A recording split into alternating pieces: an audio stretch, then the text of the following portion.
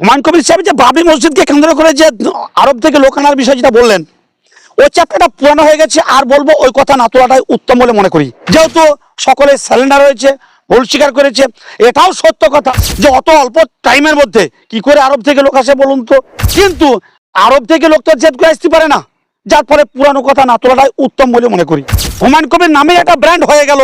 যদি মুখ্যমন্ত্রীর প্রজেক্টের জায়গায় চলে আসে অবশ্যই হুমায়ুন কবির, তার কারণ হুমায়ুন কবিরই পশ্চিমবাংলার রদবদলের কারিগর হতে চলেছে। যে হুমায়ুন কবির আগামী দিনে মুখ্যমন্ত্রী হতে চলেছে একথা আশা করা যেতে পারে নিরপেক্ষ দৃষ্টিভঙ্গিতে, যেহেতু ওনার কমিটিতে জাতি ধর্ম বর্ণ নির্বিশেষে সমস্ত স্তরের মানুষ ওনার সঙ্গে সমত প্রকাশ করছে। নওশাদ সিদ্দিকের সঙ্গে জোট হওয়ার সম্ভাবনা, যেটা সংবাদ মাধ্যমে শুনছি, হুমায়ুন কবির সাহেবের মুখ থেকেও শুনছি, জোট হওয়ার সম্ভাবনা 100%। বিজেপি ক্ষমতায় আসার কোনো প্রশ্ন আসে না।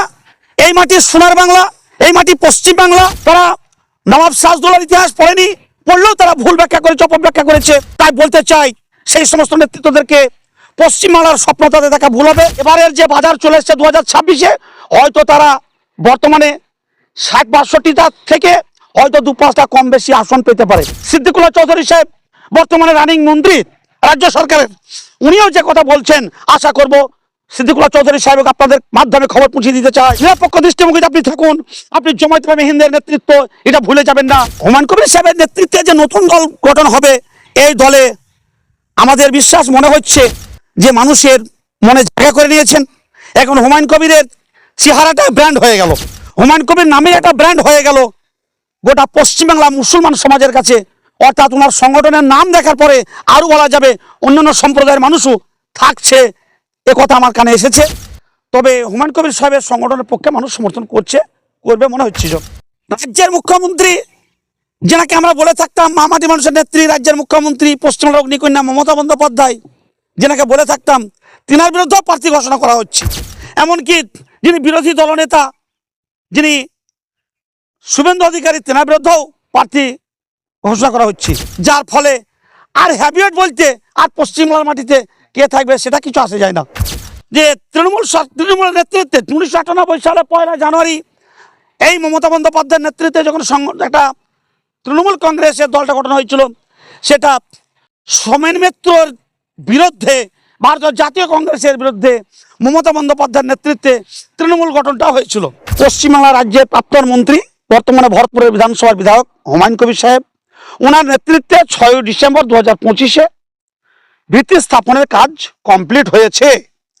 আমরা মানবাধিকার কমিটির পক্ষ থেকে, হিউম্যান রাইটসের পক্ষ থেকে, অল ইন্ডিয়া বেসিসের, অল ওয়েস্ট বেঙ্গলের তথা গোটা মুর্শিদাবাদ জেলার জাতি ধর্ম বর্ণ নির্বিশেষে, দলবল নির্বিশেষে সমস্ত মানুষকে আহ্বান জানাবো নির্বিঘ্নে সমর্থন করতে।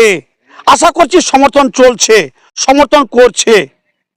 তাই এক শ্রেণীর কুৎসাকারী তারা থাকে, সব ধর্মেই থাকে, সে ইসলাম ধর্মও আছে, অন্যান্য ধর্মেও আছে, তারা কুৎসা করছে, তাতে কোনো কিছু আসে যায় না। সংবিধান অনুযায়ী যেটা আমাদের বাবরি মসজিদের ভিত্তি স্থাপন হয়েছে, ওটা নিরপেক্ষ দৃষ্টিভঙ্গিতে কার্যকরী হবে, এতে কোথাও অসুবিধা নেই। বাবরি মসজিদ হবে, এতে কোথাও অসুবিধা নেই। সমস্ত মানুষের ঐক্যবদ্ধ আছে, এতে পরপর দফায় দফায় প্রোগ্রামের মাধ্যমে আপনারা দেখছেন। আপনাদের মাধ্যমে আমরা জানাতে চাই মুসলিম সমাজের কাছে, খাস করে দেখুন মসজিদের জায়গা থেকে শুরু করে সমস্ত খরচ খরচা এটা খাস করে মুসলমান সমাজের টাকাতে হয়। তবু আমাদের অন্যান্য ধর্মাবলম্বী মানুষজন স্বেচ্ছায় দান করছেন। হুমায়ুন কবির সাহেবের নেতৃত্বে বলা হয়েছে উক্ত স্থানে মসজিদ ছাড়াও কলেজ হবে, হসপিটাল হবে, হেলিপ্যাড হবে, বিভিন্ন কিছুর মাধ্যমে খরচ হবে, যার ফলে জাতি ধর্ম বর্ণ নির্বিশেষে, দলবল নির্বিশেষে মানুষের ঢল নামছে জায়গাতে, টাকার পাহাড় আসছে, সত্যি কোটি কোটি টাকা আসছে, অস্বীকার করার কিছু নেই। খুব ভালো, এটা আমাদের সর্বসম্মতিক্রমে আমাদের হিউম্যান রাইটসের পক্ষ থেকে মানুষকে জানাই, সর্বাধিক থেকে সমর্থন জানিয়ে কোনো অপ্রীতিকর ঘটনা যাতে না ঘটে, কোনো মানুষ যাতে রাস্তাঘাটে চলতে যে অসুবিধা না ঘটে, সেই দিকে লক্ষ্য রেখে মানুষজন আসুক, সমর্থন করুক, এটা আমাদের সমর্থন। হুমায়ুন কবির সাহেবের যে সেকুলার দল যে তৈরি করবেন উনি, তা সেই দল এখনো গঠন হয়নি। আগামী কালকে অর্থাৎ 22 তারিখে ওনার আনুষ্ঠানিকভাবে ঘোষণা হবে, সেটা সময় কথা বলবে। আমরা আইন লঙ্ঘনকারীর বিরুদ্ধে আইনের পক্ষে। যদি উনি সেকুলার ফ্রন্ট গঠন করে, আমরা তো ভোটে বিশ্বাসী নই, আমাদের হিউম্যান রাইটসের পক্ষে আমরা ভোট করি না। আমরা যিনারা ভালো, যে দল ভালো কাজ করবে, যে দল নিরপেক্ষ থাকবে, তাদের পক্ষে আমরা মানুষকে সমর্থন জানাইতে বলবো। তাতে আমি ব্যক্তিগতভাবে থাকি না থাকি সেটা পরের বিষয়, সেটা সময় কথা বলবে। তবে আমি চাই নিরপেক্ষ দৃষ্টিভঙ্গিতে, জাতি ধর্ম বর্ণ নির্বিশেষে, দলবল নির্বিশেষে ভালো মানুষের পক্ষে থাকুক মানুষ, এটা আশা করব। এটা এক শ্রেণীর কুৎসাকারী আরএসএস বিজেপির চক্রান্তকারী এক শ্রেণীর নেতৃত্ব, তারা বলছে যে বাবরের নামে হতে দেব না। আমরা জানাতে চাই, মুসলমান সমাজের কোন নেতৃত্ব যদি মনে করে কোথাও মন্দির করার জন্য, কোন মন্দিরটা হনুমান মন্দির নাম দেবে, কোন মন্দিরটা কালী মন্দির নাম দেবে, কোন মন্দিরটা কি নাম দেবে, সেটা তাদের বিষয়। মুসলমান সমাজের নেতৃত্বরা মসজিদ করবে, কোনটা বাবর নাম দেবে, কোনটা বাবরি নাম দেবে, কোনটা কি নাম দেবে, সেটা তাদের বিষয়। যে শ্রেণীর নেতৃত্বরা বলছেন, আমার মনে হয় তিনি ঐতিহাসিক ভুল বলছেন, তিনাদের কথাটা আদৌ সঠিক নয়। তিনার ছেলের নাম কিনে রাখবেন তিনি রাখবেন, যিনার ছেলে তিনি বুঝবেন। সমাজের, মুসলমান সমাজের মসজিদের নাম কি রাখবেন সেটা মুসলিম সমাজ বলবে। এতে তাদের ঐতিহাসিক ভুল বলছেন। তো আশা করব আর তারা বলবে না।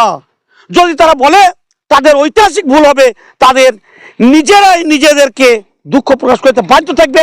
দিন দিন তারা বুঝতে পারছে যে এই বাবরি মসজিদ মুর্শিদাবাদের গৌরব নয়, এটা ইসলাম ধর্মের গৌরব নয়, এটা গোটা ভারতবাসীর গৌরব।